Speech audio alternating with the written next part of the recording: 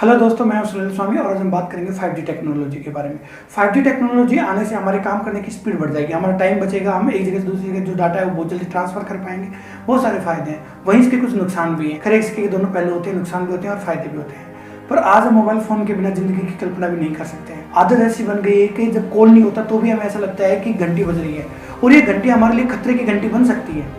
IIT Bombay में electrical engineer Girish Kumar का कहना है कि मोबाइल फोन रेडिएशन से हमें तमाम दिक्कतें हो सकती हैं, जिनमें से प्रमुख है सिर में दर्द, सिर में झंझनाहट, लगातार थकान महसूस होना, चक्कर आना, डिप्रेशन, आंखों में ड्राइनेस, नींद ना आना, काम में ध्यान ना लगना, कानों का बजना, सुनने में कमी, याददाश्त में कमी, डाइजेशन में गड़बड़ी, इर्रेगुलर हार्ट बीट, जोड़ों में दर्द जैसे बहुत सारे रोग हो सकते हैं। मोबाइल रेडिएशन में लंबे समय के बाद प्रजनन क्षमता में कमी, कैंसर, ब्रेन ट्यूमर और मिसकैरेज की आशंका हो सकती है। क्लास 12 की फिजिक्स के 8th चैप्टर इलेक्ट्रोमैग्नेटिक वेव्स के अंदर इलेक्ट्रोमैग्नेटिक रेडिएशन को बहुत अच्छे से एक्सप्लेन किया गया है।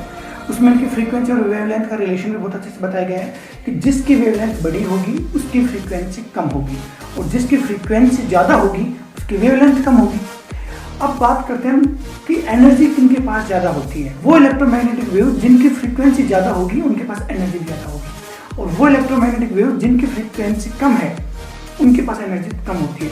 लेकिन एनर्जी होती सभी के पास है। जो लाइट आती है जिसमें हम चीज़ों को देख सकते हैं, हम उसको विजिबल लाइट बोलते हैं। ये भी इलेक्ट्रोमैग्नेटिक वेव्स ही हैं। अगर हम इनके फ्रीक्वेंसी और एनर्जी के हिसाब से बात करें तो सबसे कम रेडियो वेव्स में जो एनर्जी होती है वो सबसे कम होती है, उसकी वेवलेंथ ज़्यादा होती है। सबसे कम फ्रीक्वेंसी रेडियो वेव्स की होती है, उससे ज़्यादा फ्रीक्वेंसी फिर माइक्रोवेव्स की होती है, उससे ज़्यादा फ्रीक्वेंसी इंफ्रारेड वेव्स की होती है, फिर विजिबल लाइट की होती है जिसमें हम चीज़ों को देख सकते हैं। उससे ज़्यादा एनर्जी फिर अल्ट्रावायलेट रेज की होती है, फिर एक्सरे, फिर गामा रे, इस तरीके से होती है। ये जो विजिबल रेज से ज़्यादा जिनकी फ्रीक्वेंसी होती है, ये तो किसी केमिकल बॉन्ड को तोड़ सकती हैं, उनको आयोनाइज कर सकते हैं, इलेक्ट्रॉन को एमिट करवा सकती हैं एटम से, उनके पास एनर्जी ज़्यादा होती है। गामा रेज के पास तो 1.24 मेगा इलेक्ट्रॉन वोल्ट एनर्जी होती है। तो दोस्तों, आपने माइक्रो ओवन का नाम तो सुना ही होगा और आपने देखा भी होगा। उसमें क्या होता है कि लिक्विड फॉर्म में जो मटेरियल होता है उसको हम उसमें रखते हैं, चाहे वो कोई सब्जी हो, चाहे वो पानी हो, उसको अगर हम उसमें रखेंगे तो जल्दी गर्म हो जाता है। होता क्या है कि माइक्रो ओवन के अंदर जैसे कि हम कोई लिक्विड टाइप की सब्जी रख देते हैं और लिक्विड जो होता है वो माइक्रोवेव्स को एब्जॉर्ब कर लेता है। जैसे माइक्रोवेव्स आती हैं तो लिक्विड पार्टिकल से टकराती है और वो उसको एब्जॉर्ब कर लेता है।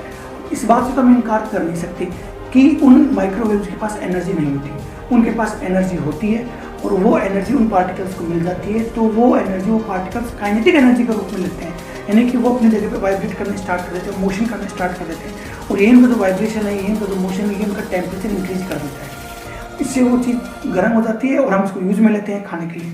तो ये सिस्टम तो उस एक चीज़ का। अब हम इस चीज़ से भी इनकार नहीं कर सकते कि हमारी बॉडी में पानी नहीं है।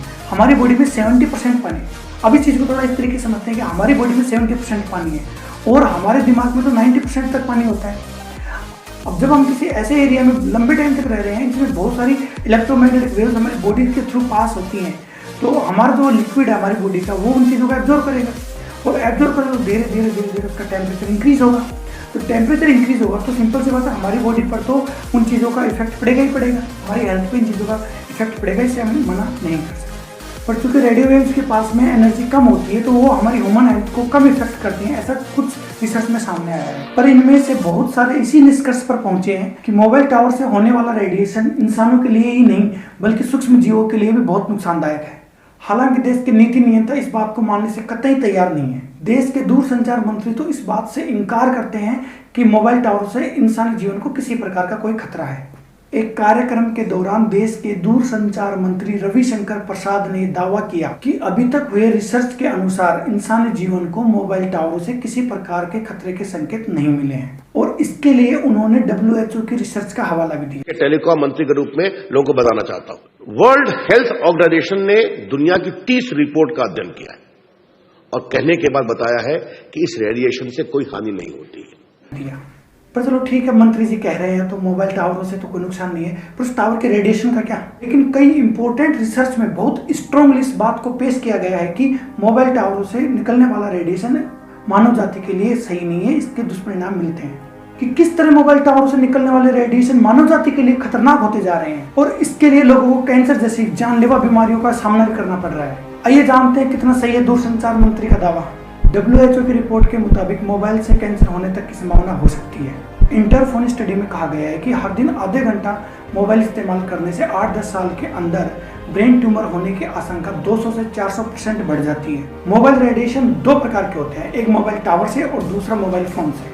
प्रोफेसर गिरीश कुमार कहते हैं कि मोबाइल फ़ोन हमारे ज़्यादा करीब होता है, इसलिए हमें उससे ज़्यादा नुकसान होना चाहिए, लेकिन ऐसा नहीं होता है। उससे ज़्यादा नुकसान हमें मोबाइल टावर से होता है, क्योंकि अगर हम मोबाइल फ़ोन 1 घंटा इस्तेमाल करते हैं तो हमें 23 घंटे मिल जाते हैं उससे रिकवर होने के लिए, लेकिन मोबाइल टावर तो 24 घंटे रेडिएशन फैलाते हैं, जबकि टावर के पास रहने वाले लोग उससे निकलने वाली तरंग इलेक्ट्रोमैग्नेटिक वेव्स उन्हीं के बीच में रहते हैं। अगर घर के सामने टावर लगा है तो उसमें रहने वाले लोगों को 2-3 साल में सेहत से जुड़ी समस्याएं आनी शुरू हो सकती हैं। मुंबई की ऊषाकरण बिल्डिंग में कैंसर के जब कई मामले सामने आए तो उसको मोबाइल टावर रेडिएशन से कनेक्ट करके देखा गया, और फिल्म एक्ट्रेस जूही चावला ने भी सिर दर्द और सेहत से जुड़ी कुछ प्रॉब्लम्स होने की वजह से 9 मोबाइल टावर को अपने घर के पास से हटवाया। अब जानते हैं कि मोबाइल टावर किस एरिया में सबसे ज्यादा नुकसान करते हैं। मोबाइल टावर के 300 मीटर के एरिया में सबसे ज्यादा रेडिएशन होता है।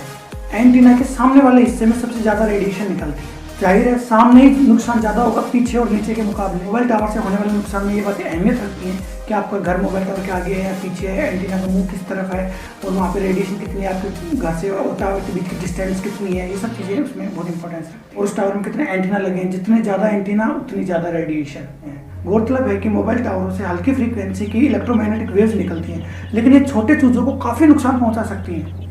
मेरे को अच्छे से याद है, गांव में बचपन में बाहर सोते थे और जब सुबह उठते थे तो चिड़िया के चहकाने की आवाज़ बहुत आती थी, पेड़ों में से चें करके बहुत ज़्यादा चिल्लाती थी और हम जग जाते थे। गांव में पहले ज़्यादा बिजली नहीं आती थी। हम शाम को जब बाहर बैठे होते थे तो हम देखते थे आकाश के अंदर पक्षी से लाइन से उड़ते थे, कुछ वी शेप में उड़ते थे। तो मेरे दादाजी मेरे को बोलते थे कि अभी अपने घर को जा रहे हैं, चुग्गा लेके आए हैं और अपने घर पे जाएंगे बच्चों। वो नज़ारा काफ़ी देखने को मिलता था शाम को। मैं तो काउंट भी करने की कोशिश करता था, इस लाइन में कितने हैं, इसमें कितने हैं, पर कभी कर पाता था, कभी नहीं कर पाता। और जब खेतों में पानी देते थे, अब तो फिर भी फाउंटेन सिस्टम आ गया, पहले फाउंटेन सिस्टम नहीं था, तो हमारे यहाँ पे उनको क्यारी धोरे बोलते हैं, उनसे पानी देते थे। तो वहाँ पे बुगले वगैरह बहुत सारे आ जाते थे, बुगले सारस ये सब आ जाते थे वहाँ पे। अब वो काफ़ी कम हो गया, वो नहीं आते हैं, और आते हैं तो कोई गिने चुने कभी कभार को दिखने को मिल जाए तो इसे पक्षियों का तो मतलब काफ़ी नुकसान हो ही रहा है। बहुत सारे पक्षी हैं जो कि विलुप्त होने के कगार पर है। मुझे लगता है कि हमारे बच्चों को हम केवल उनकी फ़ोटो दिखाएंगे, यहाँ चिड़ियाँ ऐसी होती थी, कौवे ऐसे होते थे, कबूतर ऐसे होते थे, और बहुत सारे तो विलुप्त हो चुके हैं, लेकिन हमें क्या फ़र्क पड़ता है। हम तो अपनी छत पे पानी भी नहीं रखते। अभी हम फिलहाल दोष देते हैं टावरों। मतलब अब बात करते हैं कि टावरों को लेकर के क्या है गाइडलाइंस। जीएसएम टावरों के लिए रेडिएशन लिमिट 4500 मिलीवॉट पर मीटर स्क्वायर की गई थी। बाद में इसको 450 मिलीवॉट पर मीटर स्क्वायर करने की बात की गई। प्रोफेसर गिरीश कुमार का कहना है कि ये लिमिट भी बहुत ज्यादा है और सिर्फ 1 मिलीवॉट पर मीटर स्क्वायर भी नुकसान देता है। यही वजह है कि ऑस्ट्रेलिया में 1 मिलीवॉट पर मीटर स्क्वायर और साउथ वेल्स ऑस्ट्रेलिया में 0.01 मिलीवॉट पर मीटर स्क्वायर लिमिट है। आइए जानते हैं कि आंकड़े क्या बोलते हैं। 2010 में WHO की एक रिसर्च में खुलासा हुआ कि मोबाइल रेडिएशन से कैंसर होने का खतरा है। हंगरी के साइंटिस्टों ने पाया कि जो युवक ज्यादा सेल फोन का यूज करते हैं उनकी स्पर्म की संख्या कम हो गई। जर्मनी में हुई एक रिसर्च के मुताबिक जो लोग ट्रांसमीटर एंटीना के 400 मीटर के एरिया में रह रहे थे उनमें कैंसर होने की संभावना 3 गुना बढ़ गई, क्योंकि 400 मीटर के एरिया में ट्रांसमिशन बाकी एरिया से 100 गुना अधिक होता है। केरल में की गई रिसर्च के मुताबिक सेलफोन टावरों से होने वाले रेडिएशन से मधुमक्खी कमर्शियल पॉपुलेशन में 60% तक कमी आई है। सेलफोन टावरों के पास जिन गौरैयों ने अंडे दिए उनमें 30 दिन बाद भी बच्चे नहीं निकले, जबकि आमतौर पर 10 से 14 दिन के बीच में अंडों में से बच्चे बाहर आ जाते हैं। और अगर आपको वीडियो पसंद आई तो लाइक और सब्सक्राइब जरूर कर दीजिएगा। धन्यवाद।